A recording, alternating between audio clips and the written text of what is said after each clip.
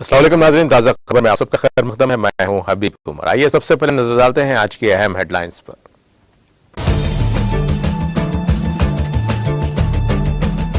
Australia में घरेलू तशद्दुद के खात्मे के लिए जदीद 10 साला मंसूबे का ऐलान। घरेलू तशद्दुद से निपटने ऑस्ट्रेलिया की हुकूमत का इक़दाम।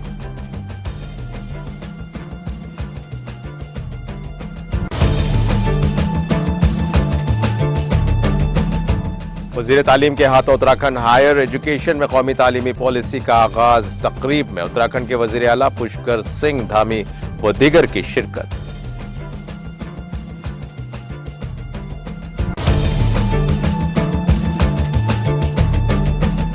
कांग्रेस सदर के ओहदे के लिए वोटिंग का सिलसिला जारी। सोनिया गांधी, मनमोहन सिंह, राहुल, प्रियंका ने किया हक राय दही का इस्तेमाल।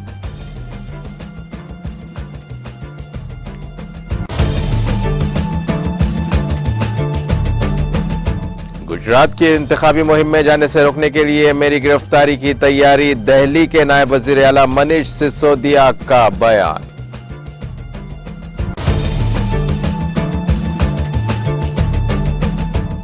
कोविड टीका इजाद करने पर वजीर आजम को नोबेल इनाम दिया जाना चाहिए। तेलंगाना के वजीर केटीआर का तंज।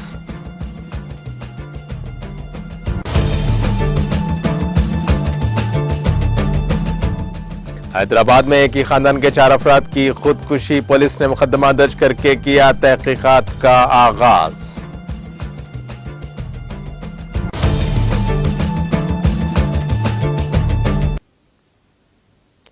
और अब पेश है खबरों की तफसील। ऑस्ट्रेलिया की हुकूमत ने घरेलू तशद्दुद के खात्मे के लिए कौमी मंसूबे का ऐलान किया है। समाजी खिदमात की वजीर ओमेंडा रिचवर्थ और खवातीन के वजीर केटी गेलाघर ने रियासती और इलाकाई हुकाम के साथ पीर को खवातीन और बच्चों के खिलाफ तशद्दुद के खात्मे के लिए 10 साला कौमी मंसूबा तैयार किया है। इस मंसूबे के तहत निजाम इंसाफ, सेहत के शोबे, जराइम पेशा अफराद, मीडिया, स्कूल और टेक्नोलॉजी कंपनीज के कामकाज को बेहतर बनाने के साथ साथ मर्दों और नौजवानों के रवैये पर निगरानी रखी जाएगी। रिचवर्थ ने कहा कि हम अब ये तब्दीलियां लाना चाहते हैं ताकि खवातीन और बच्चों की अगली नस्ल तशद्दुद से पाक माशरे में रह सके। हमें पूरे माशरे में पायदार और इज्तिमाई कार्रवाई की जरूरत है। उन्होंने कहा कि यह कौमी मंसूबा घरेलू, खानदानी और जिनसी तशद्दुद के खात्मे के लिए दहाइयों पर मुहित एक इंतहाई जरूरी अज़्म की नुमाइंदगी करता है। मोनाश gender and family violence prevention centre की डायरेक्टरेट फिटिंग्स बिगबन ने इस मंसूबे को आलमी सतह पर मारूफ करार दिया। मोहतरमा केट ने कहा कि इस तरह की स्कीम्स मुतासरीन को आजादाना तौर पर सांस लेने में मदद देती हैं, उन्हें एक नई जिंदगी मिलती है। अहम कौमी प्लान में 2 5 साला एक्शन प्लान है जिनमें खवातीन और बच्चों के लिए अलग मंसूबा बनाया जाएगा।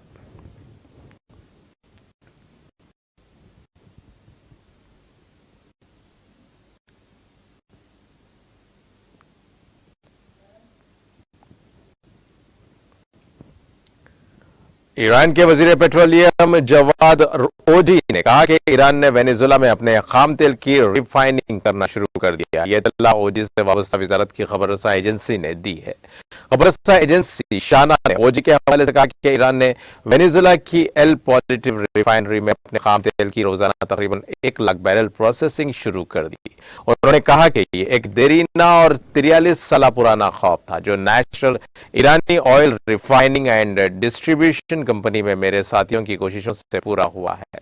National Irani oil refining and distribution company के सरबराह जलील सालारी ने कहा कि ईरान की रिफाइनरी के ऑपरेशंस को बैरून मुल्क प्रोजेक्ट्स तक बढ़ाने की कोशिशें जारी हैं। प्रेस टीवी के मुताबिक ईरान ने मई में वेनेजुला की सरकारी तेल कंपनी PPDVCA के साथ रिफाइनरी की मरम्मत और तोसी के लिए 1.16 करोड़ अमेरिकी डॉलर के मुआहदे पर दस्तखत किए थे।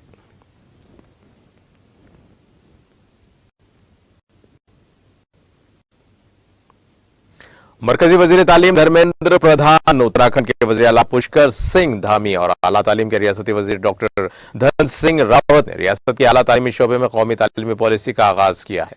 रियासत में बाल वाटिका से इब्तदाई तालीम की शुरुआत सबसे पहले की जा चुकी है। वजीर आला की रिहाइशगाह पर वाक़ चीफ सेवक सदन में आला तालीम के तालीमी सेशन 2020 और 22 के लिए कौमी तालीमी पॉलिसी 2020 2020 का आगाज किया गया। इस मौके पर मरकजी वजीर प्रधान ने मुल्क में सबसे पहले कौमी तालीमी पॉलिसी 2020 को नाफिज करने पर उत्तराखंड हुकूमत को मुबारकबाद दी। उन्होंने कहा कि आज उत्तराखंड में आला तालीम में इसकी शुरुआत की गई है। खुद उत्तराखंड ने इब्तदाई तालीम बाल वाटिका से शुरू की। उन्होंने कहा कि देवभूमि उत्तराखंड माहिरीन की सरजमीन है। नई तालीमी पॉलिसी के बेहतर निफाज के लिए इस देवभूमि से बहुत से ख्यालात सामने आएंगे। प्रधान ने कहा कि अब यह कोशिश होगी कि आने वाले वक्त में 100% बच्चे बाल वाटिका में दाखिल हों। उन्होंने कहा कि किसी भी मुल्क और माशरे की तरक्की बेहतर तालीम से ही हो सकती है। कौमी तालीमी पॉलिसी 2020 इंसानी जिंदगी के तमाम पहलुओं को मद्देनजर रखते हुए बनाई गई है। तालीम के साथ साथ बच्चों की हुनरमंदी, उनकी शख्सियत की नशोनुमा, लिसानी तरक्की और अखलाकी इक़दार पर भी खुसूसी तवज्जो दी गई। मरकजी वज़ीर तालीम ने कहा कि कौमी तालीमी पॉलिसी के तहत बच्चों को 3 साल की उम्र से रस्मी तालीम में दाखिल किया जा रहा है। कांग्रेस सदर के ओहदे के लिए यहां कांग्रेस हेडक्वार्टर के साथ ही तमाम रियासती राजधानियों में वाक़ पार्टी के रियासती हेडक्वार्टर्स में वोटिंग शुरू हो गई है। कांग्रेस के इंतखाबी इंचार्ज मधुसूदन मिस्त्री ने कहा कि यहां वोटिंग का अमल शुरू होने से पहले वोट पेटियों की जांच की और इसके बाद पार्टी के वोटरों ने वोटिंग का अमल शुरू किया।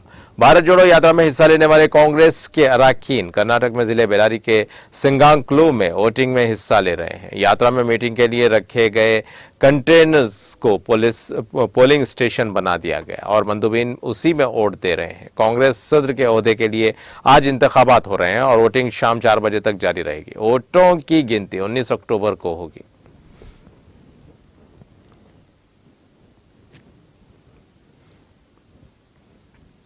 कांग्रेस सदर सोनिया गांधी, साबिक वजीर आजम मनमोहन सिंह और प्रियंका गांधी ने पीर के रोज यहां पार्टी सदर के ओहदे के लिए होने वाले इंतखाबात में अपना वोट डाला। पार्टी के साबिक सदर राहुल गांधी ने कर्नाटक में जिले बेलारी के संगांक्लो में अपना वोट डाला। कांग्रेस सदर के ओहदे के लिए तमाम रियासती दारुल-हुकूमतों में वोटिंग हो रही है और तमाम रियासतों में वाक़ पार्टी के रियासती हेडक्वार्टर्स में सुबह 10 बजे से वोटिंग जारी है।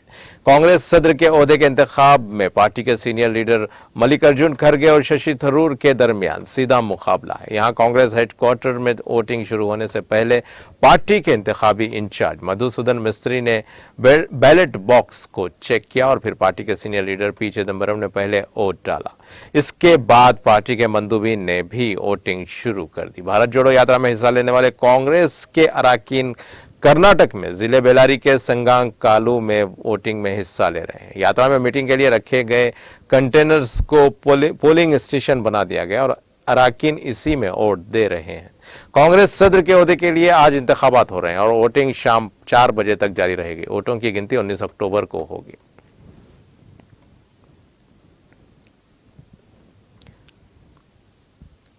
दिल्ली के नायब वजीर आला मनीष सिसोदिया ने कहा कि उन्हें गुजरात की इंतखाबी मुहिम में शामिल होने से रोकने के लिए एक फर्जी केस में मुझे गिरफ्तार करने की तैयारियां जारी हैं।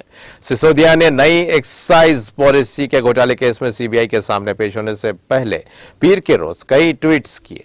उन्होंने कहा कि मेरे खिलाफ सरासर झूठा मुकदमा कायम करके मुझे गिरफ्तार करने की तैयारी है। मुझे आने वाले दिनों में इंतखाबी मुहिम के लिए गुजरात जाना था। ये लोग गुजरात में बुरी तरह हार रहे हैं। इनका मकसद मुझे गुजरात की इंतखाबी मुहिम में जाने से रोकना है। उन्होंने कहा कि जब मैं गुजरात गया तो मैंने गुजरात के लोगों से कहा कि हम गुजरात में भी आपके बच्चों के लिए दिल्ली की तरह शानदार स्कूल बनाएंगे।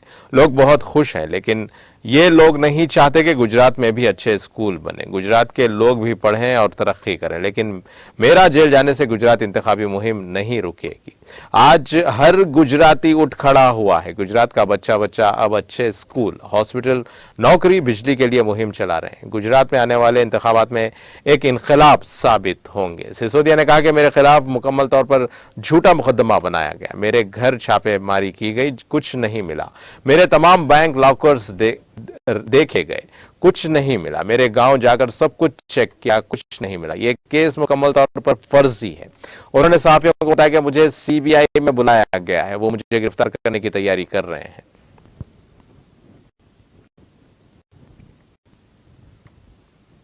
Election commission of India (ECI) ने बीजेपी लीडर जावेद कुरैशी के अलावा जम्मू कश्मीर से ताल्लुक रखने वाले दीगर 10 लोगों को सितंबर 2023 तक मुनक़िद होने वाले किसी भी इलेक्शन के लिए नाअहल करार दिया है। ज़राए के मुताबिक ECI की तरफ से chief electoral officer Jammu Kashmir के नाम एक मकतूब में कहा गया कि जावेद कुरैशी और 10 दीगर लोगों को सितंबर 2023 तक किसी भी इलेक्शन में हिस्सा लेने पर पाबंदी है। इन उम्मीदवारों ने साल 2019 में लोकसभा सीट के लिए इलेक्शन लड़े थे, लेकिन ये उम्मीदवार मुकर्ररा वक्त के अंदर इलेक्शन पर आने वाले खर्चे की तफसीलात पेश करने में नाकाम हुए थे, जिसके बायस उन पर किसी भी इलेक्शन में हिस्सा लेने पर 3 साल पाबंदी आयद की गई। बता दें कि जावेद कुरैशी ने साल 2019 में बारामूला निश्चित से आजाद उम्मीदवार की हैसियत से लोकसभा के लिए इलेक्शन में हिस्सा लिया था और उन्होंने करीब 4000 वोट हासिल किए थे। जिन दीगर 10 लोगों को नाअहल करार दिया गया है उनमें अनिल सिंह जम्मू सीट, बलवंत सिंह जम्मू सीट और Sikandar Ahmed Noorani Jammu seat, Rakesh Mudgal Udhampur seat, Firdous Ahmed Bawani Udhampur seat, Riyaz Ahmed नेट Anantnag seat, Shams Khwaja Anantnag seat, Ali Mohammad Wani Anantnag seat और मिर्जा सज्जाद हुसैन बैग श्रीनगर सीट शामिल हैं। पुलिस ने सरहदी जिले कुपवारा के करना इलाके में एक शख्स को असला और गोला बारूद समेत गिरफ्तार करने का दावा किया है। एक पुलिस तर्जुमान ने अपने एक बयान में कहा कि मुसद्दक़ा इत्तला मौसूल होने पर पुलिस और फौज एक मुश्तरका टीम ने कुपवारा के हाजी तरा करना में मोहम्मद शफी शेख व मोहम्मद अली अक्सर शेख के मकान की तलाशी की। उन्होंने कहा कि पूछताछ के दौरान मोहम्मद शफी ने इंकशाफ किया कि उसने एक सिलाई मशीन में कुछ असला गोला बारूद छुपा रखे हैं। उनका बयान में कहना था कि मज़कूरा शख्स के इंकशाफ पर मकान की तलाशी के दौरान एक पिस्तौल, 2 पिस्तौल मैगजीन, 11 गोलियां और 2 ग्रेनेड्स बरामद किए गए, जिसके बाद मोहम्मद शफी को गिरफ्तार कर लिया गया। पुलिस बयान के मुताबिक इस ज़िम्मे में मोहम्मद शफी के खिलाफ एक केस दर्ज किया गया और मजीद तहकीकात शुरू की गई हैं। मौसूफ तर्जुमान ने कहा कि मोहम्मद शफी के खिलाफ इस नौयत का एक केस पहले ही दर्ज है। उन्होंने कहा कि इस सिलसिले में मजीद गिरफ्तारियां मुतवक्को है। वज़ीर-ए-आज़म मोदी के कारनामों बशमूल कोविड टीकों की तशहीर पर बीजेपी पर तनकीद करते हुए टीआरएस के कारगुजार सदर व वजीर सनत तारक रामाराव ने तंज़िया तौर पर वज़ीर-ए-आज़म को नोबेल इनाम देने का मुतालबा किया। केटीआर ने मरकजी वज़ीर सयाहत जी किशन रेड्डी के इस बयान के बाद यह तंज़िया रिमार्क किए, जिसमें उन्होंने दावा किया था कि नरेंद्र मोदी ने बाहिम्मत तरीके से कोविड का टीका ईजाद किया है। ट्विटर पर यह वीडियो वायरल हो गया, जिसमें मरकजी वजीर को यह कहते सुना गया कि हमारे मुल्क के वज़ीर-ए-आज़म नरेंद्र मोदी ने बाहिम्मत तरीके से कोविड का टीका ईजाद किया। इस वीडियो पर रद्द-ए-अमल जाहिर करते हुए केटीआर ने ट्वीट किया कि आइए हम मुतालबा करें कि मेडिसिन या साइंस में मोदी जी को नोबेल इनाम दिया जाए, क्योंकि बज़ाहिर मोदी ने कोविड का टीका बाहिम्मत तरीके से ईजाद किया। उनकी काबीना के रफ़क़ा हकीकी तौर पर काफी होशियार हैं। मुझे बिलखुसूस किशन रेड्डी की इस बात को कबूल करनी चाहिए। वज़ीर-ए-आज़म पर तंज को जारी रखते हुए उन्होंने ट्वीट किया कि मोदी जी नोबेल इनाम के किस जुमरे के मुस्तहिक हैं। नोबेल इनाम बराए मेडिसिन, कोविड के टीके को ईजाद करने के लिए नोबेल इनाम बराए मुआशियात, नोटबंदी, स्विस बैंक से काला धन लाने के लिए, नोबेल इनाम बराए अमन रूस और यूक्रेन की जंग को 6 घंटे रोकने के लिए, नोबेल इनाम बराए फिजिक्स रॉडर थ्योरी के लिए। उन्होंने साथ ही मोदी की वीडियो भी शेयर की और कहा कि इन तमाम बीजेपी वालों के लिए जो ये महसूस करते हैं कि विश्व गुरु नोबेल से ज्यादा के मुस्तहिक हैं, मैं मोदी जी को रुपए की कदर में गिरावट पर 2013 में उस वक्त की मरकजी हुकूमत पर तनकीद करने की अदाकाराना महारत पर नामजद करना चाहता हूं। कम अज कम भास्कर अवार्ड तो उनको दिया जाना चाहिए।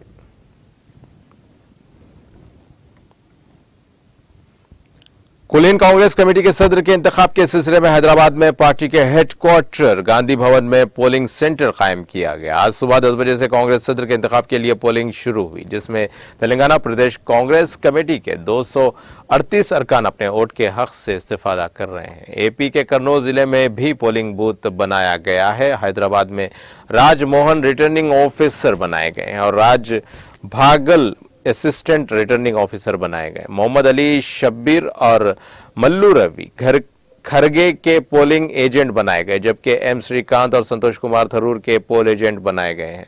तेलंगाना में 119 असेंबली हलकों के 238 राय दहिंदे इस वोटिंग में हिस्सा ले रहे हैं। सबसे पहले गांधी भवन में वोट डालने वालों में के जाना रेड्डी, पन्नाला लक्ष्मैया, मोहम्मद अली शबीर और साबिक रुकन पार्लियामेंट मल्लू रवि शामिल हैं। साबिक रुकन पार्लियामेंट मीनाक्षी नटराजन एपी की इलेक्शन ऑफिसर बताई गई हैं। एपी कांग्रेस कमेटी के 350 अरकान वोटिंग में हिस्सा ले रहे हैं। इस इंतखाब के लिए इलेक्शन इंचार्ज की हैसियत से पीआरओ मनोहर एपी और आरओ राज बघेल का तकर्रुर किया गया।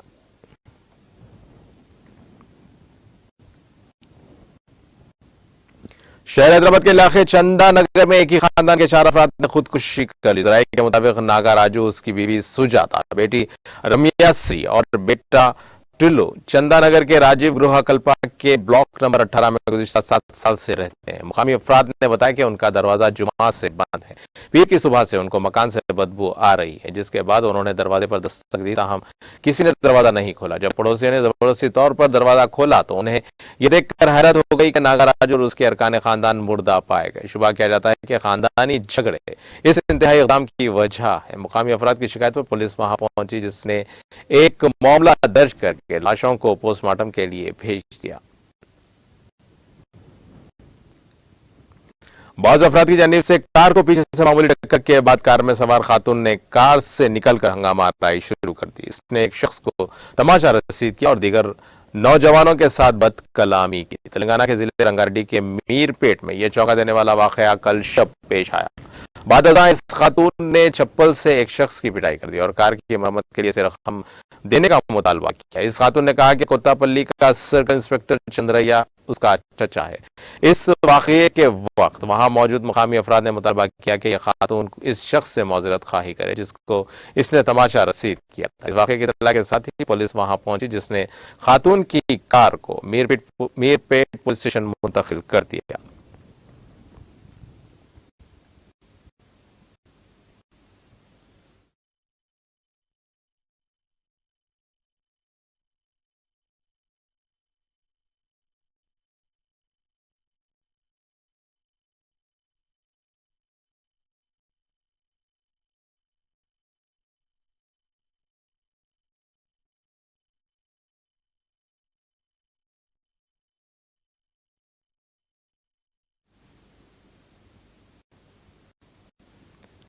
और भाई आखिर में डालते हैं हेडलाइंस पर एक और नजर।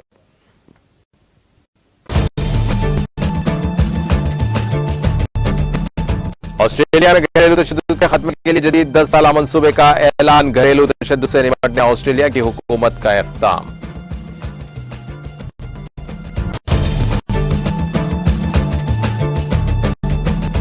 वज़ीर तालीम के हाथों उत्तराखंड हायर एजुकेशन में कौमी तालीमी पॉलिसी का आगाज। तकरीब में उत्तराखंड के वज़ीर आला पुष्कर सिंह धामी व दीगर की शिरकत।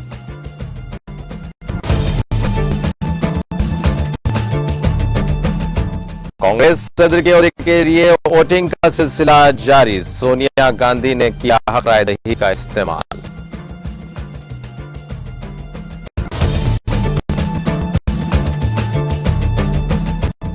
गुजरात की इंतखाबी मुहिम में जाने से रोकने के लिए मेरी गिरफ्तारी की तैयारी। दिल्ली के नायब वजीर आला मनीष सिसोदिया का बयान।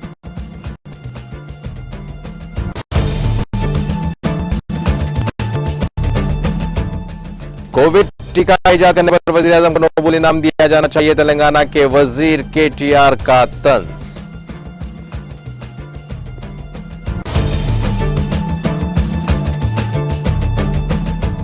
हैदराबाद में एक ही खानदान के 4 अफराद की खुदकुशी। पुलिस ने मुकदमा दर्ज करके किया तहकीकात का आगाज।